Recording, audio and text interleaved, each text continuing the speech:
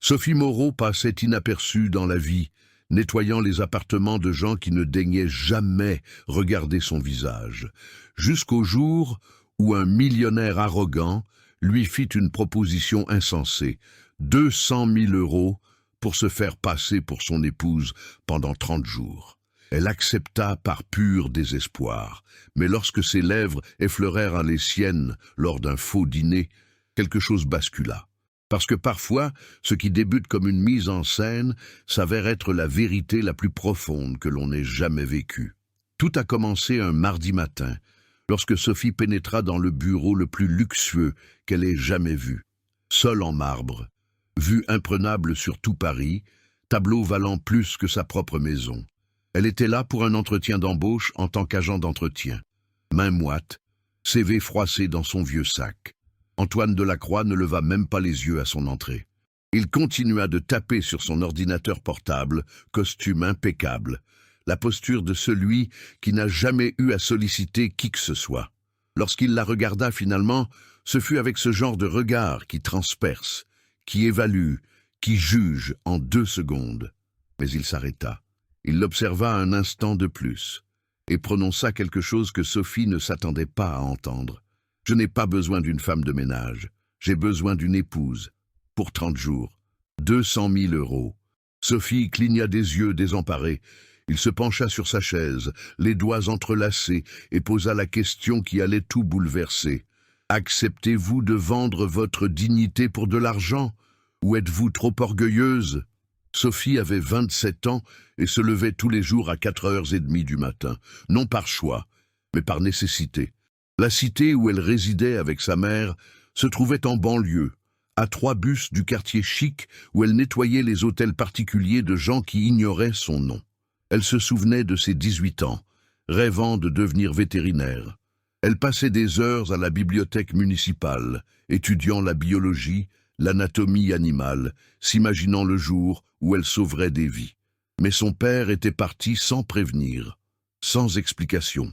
Il n'avait laissé que des dettes et une mère avec un problème cardiaque nécessitant des médicaments onéreux chaque mois. Sophie avait abandonné la faculté au 2e semestre. Elle s'était dit que c'était temporaire, qu'elle reviendrait. C'était il y a 9 ans. Maintenant, elle récurait 3 maisons par jour, le lundi et le mercredi chez l'avocate qui se plaignait de tâches invisibles, le mardi et le jeudi chez le couple de médecins qui laissait des notes d'instruction détaillées, le vendredi et le samedi dans le penthouse de la chef d'entreprise qui la traitait comme un meuble. Madame Hélène, sa mère, s'affaiblissait de mois en mois. Son cœur fragile, les médicaments qui ne suffisaient plus, l'opération que les médecins jugeaient urgente. 50 000 €. Cela aurait pu être 500 millions. Sophie n'avait même pas 1 000 € d'économie. C'est pourquoi elle a dit oui. Assise dans ce bureau de marbre et de verre, face à l'homme en costume qui l'observait comme une pièce d'échec, Sophie serra ses mains moites et murmura « J'accepte ». Antoine fit glisser un contrat sur la table. 15 pages.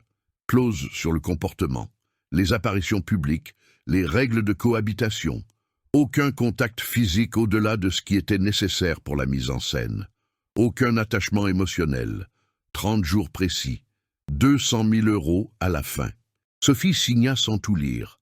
3 jours plus tard, elle était dans sa somptueuse demeure, chambre d'amis avec salle de bain privée, dressing rempli de vêtements de marque dont l'étiquette pendait encore, vue sur un jardin digne d'un magazine.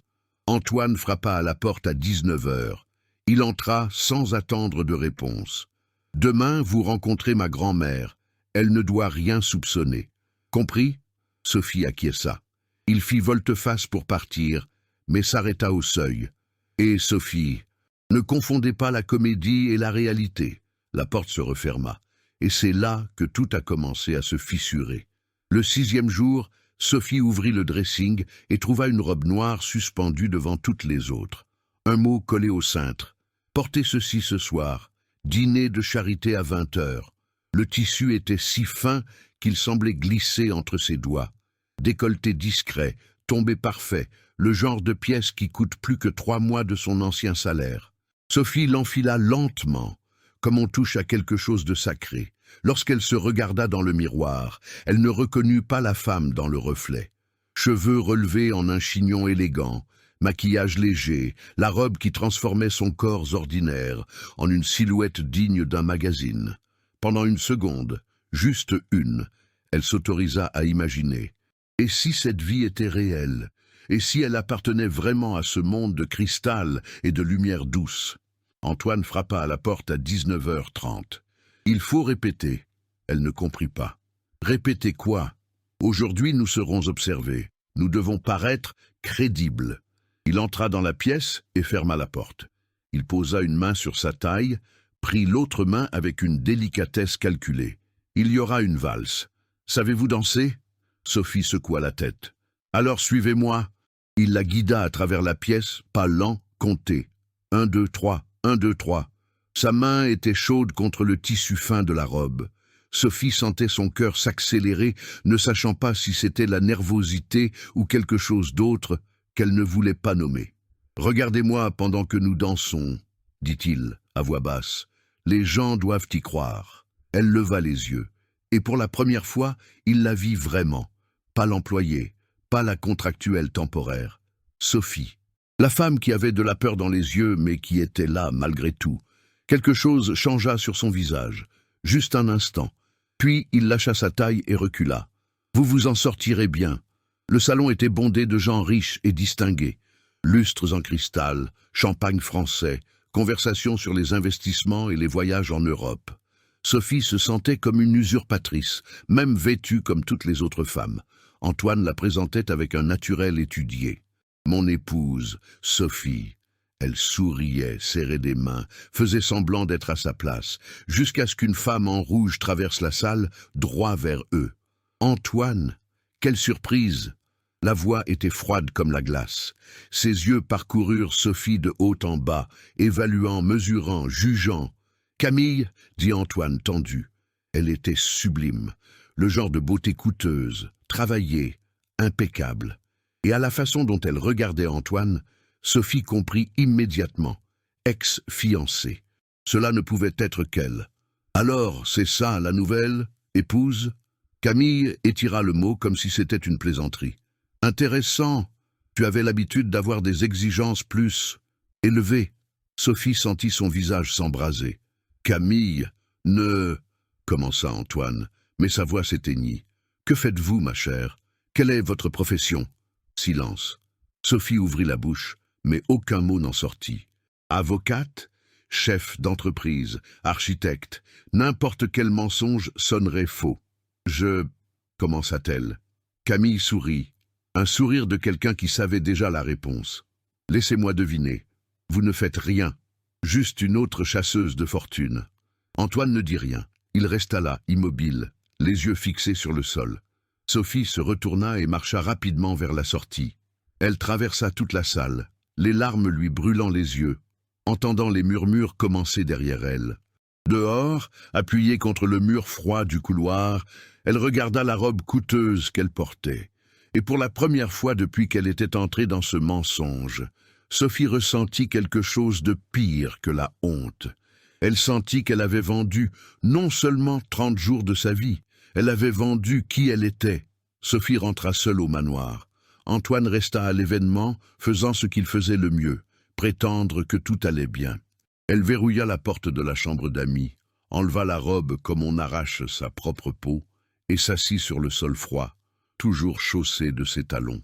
Les larmes vinrent silencieusement, chaudes, chargées d'une humiliation qui lui tordait la poitrine. 3 coups frappaient à la porte. « Sophie !» Elle ne répondit pas. « Sophie, ouvre la porte. Va-t'en. » Silence de l'autre côté. Elle crut qu'il était parti, mais sa voix revint, plus basse, plus proche. « Je sais que tu es en colère. J'aurais dû te défendre. » Sophie essuya son visage avec le dos de sa main. « Pourquoi ne m'as-tu pas défendu ?» Longue pause. « Parce que je suis un lâche. » Elle ne s'attendait pas à ça. Elle se leva du sol, ouvrit la porte doucement. Antoine était appuyé sur l'encadrement, cravate dénouée, cheveux en bataille. Il avait l'air épuisé. Il semblait humain pour la première fois. « Je peux entrer ?» Sophie le laissa passer sans un mot. Il s'assit dans le fauteuil près de la fenêtre. Elle resta debout, les bras croisés, attendant. « Camille a été ma fiancée pendant 3 ans, commença-t-il, regardant ses propres mains. Je croyais l'aimer, je croyais qu'elle m'aimait. Nous avions prévu de nous marier, de construire une vie ensemble. Mais 2 mois avant le mariage, j'ai découvert qu'elle n'était avec moi que pour l'argent, littéralement. J'ai trouvé des messages d'elle à son amant, se moquant de moi, me traitant d'idiot, planifiant comment elle allait me ruiner lors du divorce. » Sophie s'assit au bord du lit, écoutant. « J'ai tout annulé. J'ai rompu les fiançailles. Elle a quand même eu la moitié de l'entreprise sans même être mariée, parce que j'avais été assez stupide pour mettre son nom sur certains papiers. J'ai tout perdu. Argent, entreprise, confiance. Ma grand-mère a été la seule à rester à mes côtés. Geneviève. Elle a 92 ans et un cœur fragile. Les médecins disent qu'elle ne passera pas l'année. » Il s'arrêta, prit une profonde inspiration. « Elle ne veut qu'une chose avant de mourir. Me voir heureux, établi, avec quelqu'un qui m'aime sincèrement. Et je ne peux pas lui offrir ça. Alors je vous ai inventé. » Sophie sentit quelque chose d'étrange dans sa poitrine. Ce n'était pas de la pitié, c'était de la reconnaissance. L'héritage, dit-elle, non pas comme une question. Oui, l'héritage. Mais ce n'est pas que ça, j'ai besoin de lui prouver que je ne suis pas seul, que je ne mourrai pas vide comme elle le craint. C'est un mensonge. Tout est un mensonge, mais c'est le seul mensonge qui la laissera partir en paix. Le silence envahit la chambre. Sophie pensa à sa propre mère, à son cœur faible, aux médicaments qui ne suffisaient plus, à l'opération qui coûtait le prix de sa dignité. « Je suis là aussi à cause de ma mère, dit-elle, à voix basse. Elle a besoin d'une opération, 50 000 €. Je ne les ai pas, je ne les aurai jamais, sauf grâce à cet accord. » Antoine leva les yeux vers elle. « Nous sommes donc 2 menteurs. » « Nous le sommes. » Quelque chose changea à cet instant. Une connexion subtile, fragile, faite de désespoir partagé et de solitude mutuelle. « Je suis désolé de ne pas vous avoir défendu aujourd'hui, » dit-il. « Vous ne méritiez pas ça. Merci. » Il se leva, se dirigea vers la porte, s'arrêta avant de sortir. « Demain, nous irons voir ma grand-mère. Vous devrez simuler à nouveau, mais cette fois, je promets d'être à vos côtés. » La porte se ferma. Sophie resta seule dans la chambre coûteuse, dans un silence qui n'était plus aussi lourd. Mais le lendemain, lorsqu'elle descendit prendre le petit déjeuner, Antoine était de nouveau froid, distant, poli, mais impersonnel, comme si la conversation de la veille n'avait jamais eu lieu. Le mur invisible était réapparu. Sophie comprit le message. Une fragilité partagée n'était pas une invitation à la proximité. C'était juste un moment de faiblesse qu'ils devaient tous deux oublier. Ils allèrent voir Madame Geneviève l'après-midi. Le manoir de la grand-mère était encore plus grand que celui d'Antoine, rempli d'antiquité et d'une odeur de lavande. La dame était dans un fauteuil roulant près de la fenêtre, couverte d'un plaid de laine malgré la chaleur. « Antoine, mon chéri, » dit-elle souriante.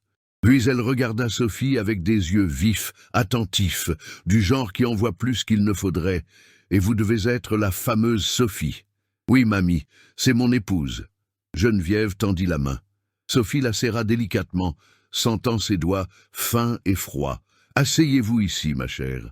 Je veux connaître la femme qui a conquis le cœur de mon petit-fils. » Sophie s'assit, le cœur battant la chamade. « Comment vous êtes-vous rencontrés ?» demanda Geneviève, voix douce mais yeux perçants. Sophie regarda rapidement Antoine. Il était tendu. Elle prit une profonde inspiration et fit ce qu'elle savait faire depuis l'enfance. Improviser. « J'étais dans un café, » commença-t-elle, voix assurée. « Je lisais un livre sur les animaux. Antoine s'est assis à la table d'à côté. Il a renversé du café sur mon chemisier sans le vouloir. Il s'est excusé 1000 fois. Il a proposé de payer la blanchisserie. J'ai dit que ce n'était pas nécessaire. Mais il a insisté pour m'emmener dîner en guise de compensation. » Geneviève souriait. « Et puis, nous sommes tombés amoureux, » conclut Sophie, regardant Antoine. Lentement, de la bonne manière. La grand-mère porta sa main à sa poitrine, émue. « Mon Dieu, que c'est beau, quelle belle histoire !» Antoine regarda Sophie avec une expression nouvelle. Surprise, peut-être du respect. Lorsqu'ils quittèrent le manoir 1 heure plus tard, il lui tint la portière de la voiture. « Vous avez été... incroyable, dit-il. C'était mon travail. Non, c'était plus que ça. Vous avez rendu ma grand-mère heureuse. » Sophie monta dans la voiture sans répondre. Mais pendant qu'il conduisait en silence, elle se posa une question qui l'effraya. Simuler l'amour devenait trop facile. Ou n'était-ce plus de la simulation? Avez-vous déjà dû faire semblant d'aller bien quand tout en vous était confus? Avez-vous déjà dû sourire et jouer un rôle alors que votre propre cœur ne savait plus ce qui était réel et ce qui était faux? Si vous avez déjà vécu cela, si vous avez senti ce nœud dans la poitrine de ne pas savoir si ce que vous ressentez est vrai ou juste une illusion, laissez un oui dans les commentaires. Je veux savoir que vous êtes là à ressentir cette histoire avec moi. 2 semaines s'écoulèrent dans ce mensonge soigneusement construit, et quelque chose était en train de changer. Ce n'était rien d'évident. C'étaient les détails. Le petit déjeuner qu'Antoine commença à prendre dans la cuisine, au lieu de son bureau. La façon dont il demandait si elle avait bien dormi. Le silence partagé qui cessait d'être lourd pour devenir presque confortable. Sophie avait une routine maintenant. Elle se levait, descendait à la cuisine, préparait le café. Antoine apparaissait 15 minutes plus tard, cheveux encore humides de sa douche, chemise de ville sans cravate. Ils ne parlaient pas beaucoup, mais ils étaient là, ensemble, et cela suffisait. Un jeudi après-midi, il la trouva dans la bibliothèque du manoir. Sophie était assise par terre, adossée à la bibliothèque, feuilletant un gros livre sur la médecine vétérinaire. Elle n'avait même pas remarqué qu'il y avait une bibliothèque. Elle l'avait découverte par hasard, cherchant des toilettes. Antoine s'arrêta à la porte, observant. « Vous aimez les animaux ?» Ce n'était pas une question. Sophie leva les yeux, surprise d'avoir été découverte. « J'ai toujours aimé. » Il entra dans la bibliothèque, prit une chaise, s'assit devant elle. Pas trop près, mais pas distant non plus. « Pourquoi n'avez-vous pas terminé vos études de vétérinaire ?» Sophie ferma le livre lentement. « J'ai commencé. J'ai arrêté au 2e semestre. Mon père est parti, ma mère est tombée malade. Quelqu'un devait payer les factures. » Antoine resta silencieux un long moment. « Quand ce sera terminé, dit-il à voix basse, je peux payer vos études. Vous pourrez reprendre. » Sophie sentit quelque chose se serrer dans sa poitrine. Il n'y avait pas de pitié sur son visage. C'était autre chose, peut-être du respect, peut-être de la culpabilité. « Non, dit-elle, ferme mais douce.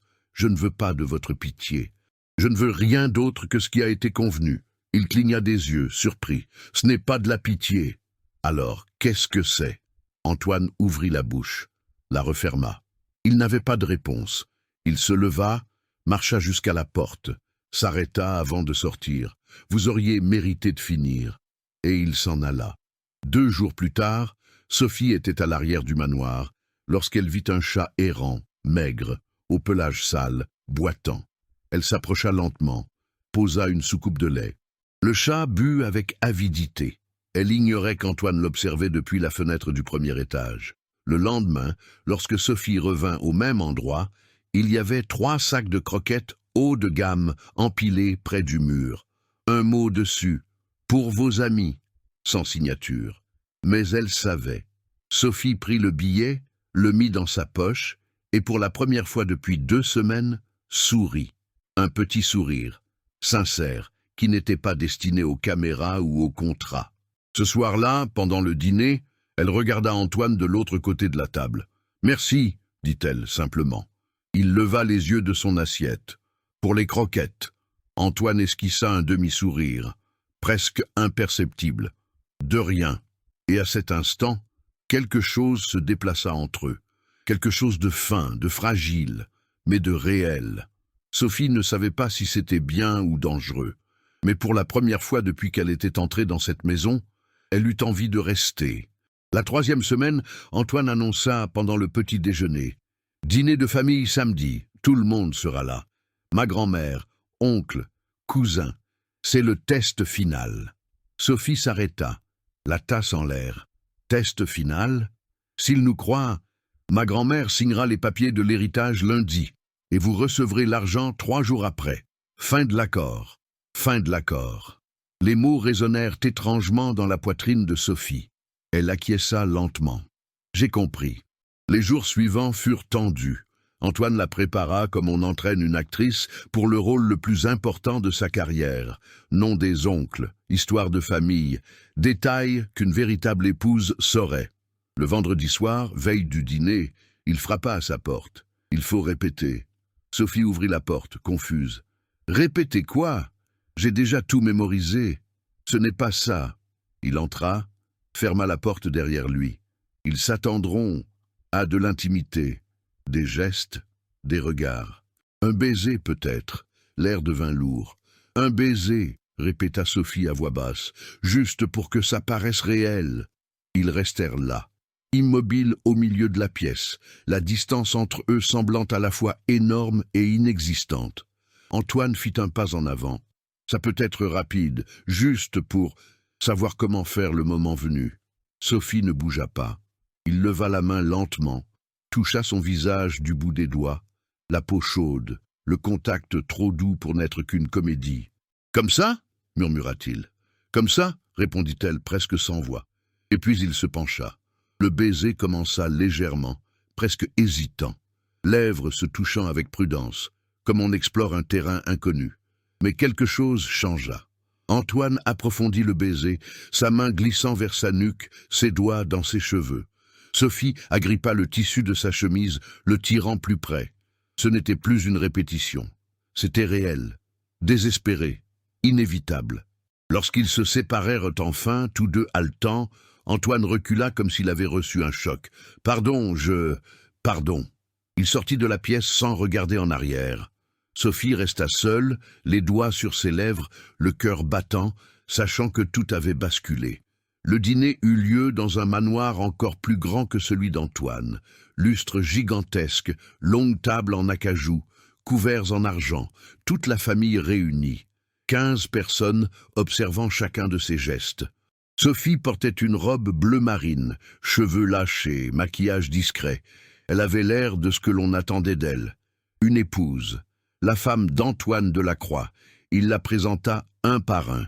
Oncle Robert, l'entrepreneur, tante Sylvie, l'avocate, cousin Daniel, le médecin, tous polis, tous l'évaluant. Geneviève était à la tête de table, souriant fragilement mais heureuse. « Mon petit-fils a enfin trouvé quelqu'un de spécial, » dit-elle, émue. Antoine lui tenait la main sous la table. Un geste minime, mais qui envoya un courant électrique dans son bras. Tout allait bien, jusqu'au dessert. Tante Sylvie, celle aux yeux perçants et au sourire calculé, se pencha sur sa chaise. « Sophie, ma chère, Antoine nous a dit que vous êtes femme d'affaires, c'est ça? Dans quel domaine exactement ?» Silence.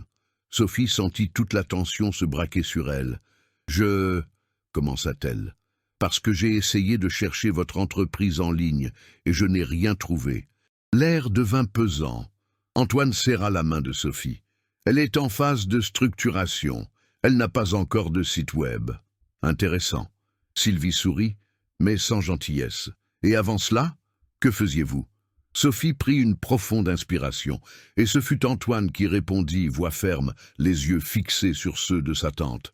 Elle travaillait, durement, dans 3 emplois simultanés pour prendre soin de sa mère malade. Quelque chose que la plupart des gens ici n'auraient pas le courage de faire. Tous le regardèrent, surpris. Sophie est la personne la plus forte que je connaisse. Et si quelqu'un à cette table a un problème avec ça, le problème vous appartient. Pas à elle. Geneviève applaudit doucement, souriante. Bien dit, Antoine. Bien dit. Sur le chemin du retour, dans la voiture, le silence était dense. Sophie regardait par la fenêtre, assimilant tout. « Merci, dit-elle, doucement, de m'avoir défendu. J'aurais dû le faire avant. » Pause. « Pourquoi m'as-tu défendu maintenant ?»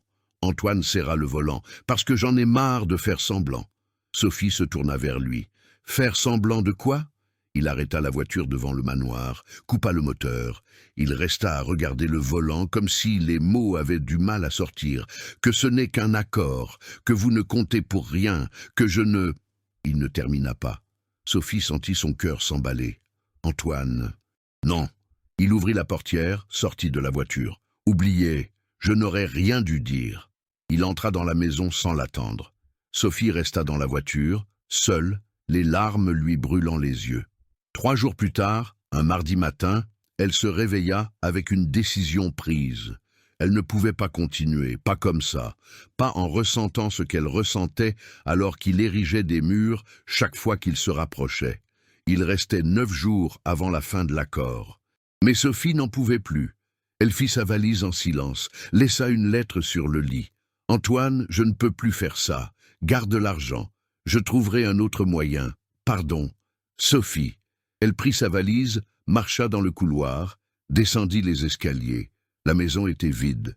Antoine était sorti tôt pour une réunion. Sophie traversa le salon, arriva jusqu'à la porte d'entrée. Elle posa la main sur la poignée. Sophie. Elle se figea. Elle se retourna lentement. Antoine était debout sur l'escalier, toujours en costume, cheveux ébouriffés, yeux fatigués. Il tenait la lettre à la main. « Ne pars pas, dit-il, la voix brisée. S'il te plaît. Antoine, je ne peux pas. Je t'aime. » Les mots sortirent rapides, désespérés, nus. Sophie lâcha la valise. « Quoi ? Je t'aime. Pas à cause de l'accord, pas à cause de la comédie. Je suis vraiment tombé amoureux de toi, et je sais que j'ai tout gâché en étant froid et distant. Mais j'avais peur. Peur d'être blessé à nouveau. Peur que tu ne ressentes pas la même chose. » Les larmes coulaient sur le visage de Sophie. « Tu es idiot, dit-elle, d'une voix tremblante. Je sais. Je t'aime aussi. » Antoine descendit les escaliers en courant. Il attira Sophie près de lui, l'embrassa comme quelqu'un qui craint de perdre, comme quelqu'un qui s'autorise enfin à ressentir. Et cette fois, ce n'était pas du théâtre. C'était la chose la plus réelle que tous deux aient jamais vécue. Sophie était dans les bras d'Antoine lorsque son téléphone sonna. Elle n'allait même pas répondre, mais quelque chose dans la sonnerie insistante la fit regarder l'écran. Hôpital Saint-Louis. Son sang se glaça. « Allô ? Sophie ? Ici l'infirmière Claire. Votre mère a été admise il y a 20 minutes. Arrêt cardiaque. Les médecins ont réussi à la réanimer, mais elle est dans un état critique. Elle a besoin d'une opération urgente. Aujourd'hui. Maintenant. » Le monde tourna. Sophie lâcha le téléphone, les jambes flageolantes. « Qu'est-ce qui se passe ?»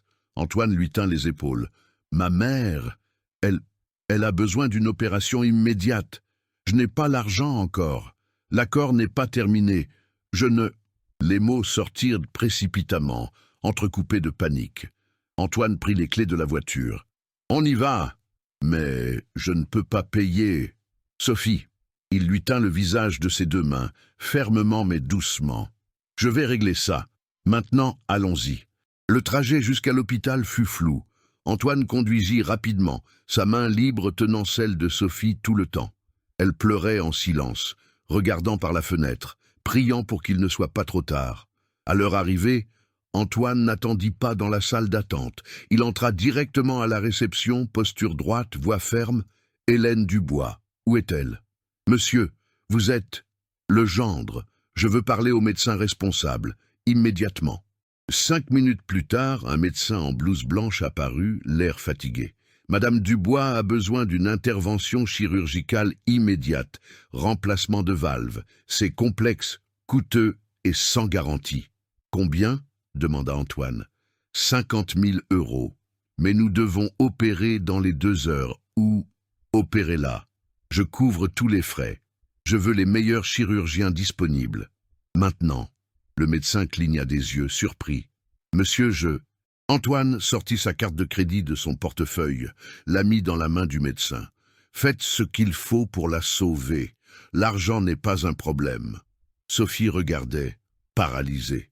Lorsque le médecin s'éloigna précipitamment, elle regarda Antoine, les larmes aux yeux. « Pourquoi fais-tu ça ? » ?»« Parce que je t'aime, » dit-il simplement, directement. « Et parce que ta mère est importante pour toi. Donc elle est importante pour moi. Antoine, c'est beaucoup d'argent. Je m'en fiche. » Il s'assit à côté d'elle sur la chaise en plastique dur de la salle d'attente. « J'ai passé des années à me soucier de l'argent, de l'héritage, des contrats. Et au final, rien de tout ça ne m'a rendu heureux. Toi, tu l'as fait. » Sophie posa sa tête sur son épaule. « J'ai peur. »« Moi aussi. » Ils attendirent en silence. Des minutes qui semblaient des heures. Antoine ne lâcha sa main à aucun moment. 2h40 plus tard, le médecin sortit de la salle d'opération. Masque pendant autour du cou, expression fatiguée mais soulagée. L'opération est un succès. Madame Dubois est en soins post-opératoires. Cela prendra quelques jours, mais elle va s'en sortir. Sophie s'effondra. Ses jambes cédèrent, les larmes vinrent par vagues, des sanglots qu'elle ne pouvait contrôler. Antoine la retint, la laissa pleurer, lui murmura des mots de réconfort qu'elle entendait à peine. Lorsqu'elle réussit enfin à respirer de nouveau, Sophie leva le visage. « Merci, merci. Je ne sais pas comment te payer. Je ne veux pas que tu me paies. » Antoine essuya les larmes de son visage avec son pouce. « Je veux que tu restes, pas pour 30 jours, pas pour de l'argent. Je veux que tu restes parce que tu le veux, parce que tu m'aimes, parce que ceci, il pointa l'espace entre eux, est réel. » Sophie tint son visage. « C'est la chose la plus réelle que j'ai jamais vécue. » Et là, dans la froide salle d'attente de l'hôpital, entre l'odeur de désinfectant et les chaises inconfortables, Sophie comprit quelque chose. Elle était entrée dans ce manoir comme une employée invisible vendant sa dignité par désespoir. Mais elle en sortait comme une femme aimée, vue, valorisée. Non pas parce qu'Antoine avait de l'argent, mais parce qu'il avait choisi de rester à ses côtés dans le moment le plus sombre.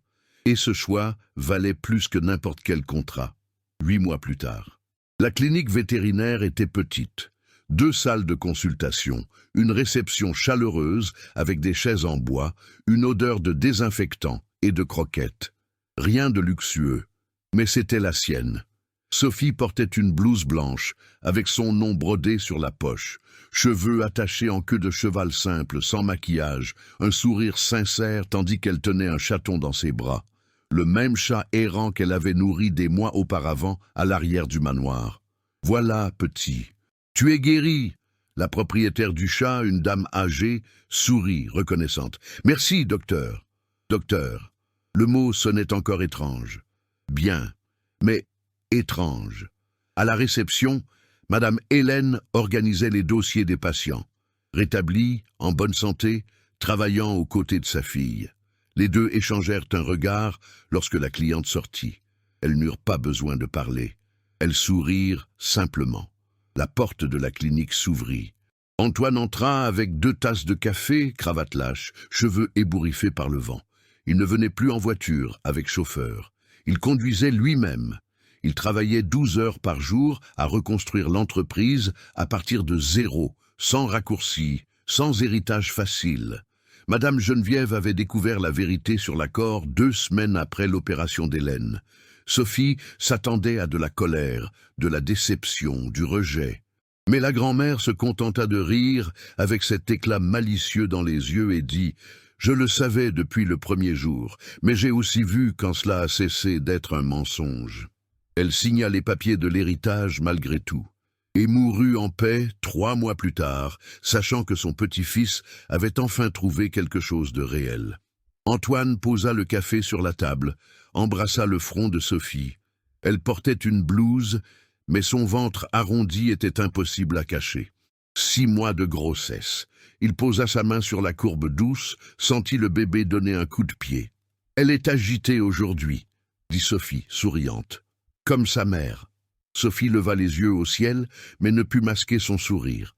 Dehors, le chat errant, maintenant le leur, appelé Prométhée, dormait au soleil de l'après-midi. Il n'y avait pas de manoir, il n'y avait pas de robe coûteuse, il n'y avait pas de contrat ou de mensonge. Il n'y avait que du café tiède, des mains entrelacées et le genre de silence qui n'existe qu'entre les personnes qui ont choisi de rester. L'accord avait pris fin il y a des mois, mais le véritable amour ne faisait que commencer. Sophie n'était plus l'employée invisible qui traversait la vie la tête baissée, s'excusant d'exister. Elle avait appris quelque chose de fondamental pendant ces mois de mensonges, devenus vérité. Sa valeur n'a jamais résidé dans l'argent qu'elle gagnait. Elle n'a jamais résidé dans les vêtements qu'elle portait ou les maisons qu'elle nettoyait. Elle était dans le courage de continuer, même lorsque tout semblait impossible. Elle était dans la force d'aimer sa mère malade, sans jamais abandonner. Elle était dans la dignité d'accepter un accord absurde par désespoir, sans jamais perdre qui elle était au fond d'elle. Elle n'a pas eu besoin de cesser d'être Sophie pour être aimée. Elle a juste eu besoin de trouver quelqu'un disposé à la voir vraiment. Antoine a aussi changé. L'homme qui construisait des murs pour se protéger a appris que la vulnérabilité n'est pas une faiblesse. C'est la plus grande forme de courage que l'on puisse avoir. Il a passé des années à croire que les contrats et les accords protégeraient son cœur. Mais c'est justement lorsqu'il a déchiré le contrat, lorsqu'il a admis être amoureux, lorsqu'il a choisi de rester à ses côtés à l'hôpital sans rien attendre en retour, qu'il a finalement trouvé ce qu'il cherchait. L'amour véritable ne s'achète pas. Il ne se planifie pas. Il ne tient pas dans des clauses ou des délais de 30 jours. Parfois, il commence comme une farce. Mais quand il est réel, il a sa propre force pour émerger. Et parfois, les invisibles aux yeux du monde sont exactement ceux qui ont le plus à nous apprendre sur le courage, la dignité et l'amour. 9 mois après ce faux accord, quelque chose d'absolument vrai est né.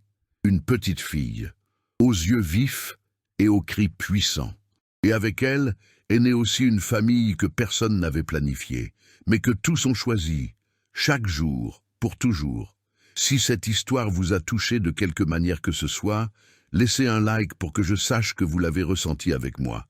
Dites-moi dans les commentaires de quelle ville vous regardez. Je les lis tous et je réponds avec affection à ceux qui partagent ce moment avec moi. Si vous croyez au pouvoir des histoires qui nous font vraiment vibrer, abonnez-vous à la chaîne. Chaque inscription me donne la force de continuer à vous apporter ces récits. La chaîne ne fait que commencer et je compte beaucoup sur votre aide. Ne partez pas encore. Choisissez l'une des 2 histoires que j'ai laissées à l'écran et restez avec moi. Je vous attends dans la prochaine vidéo.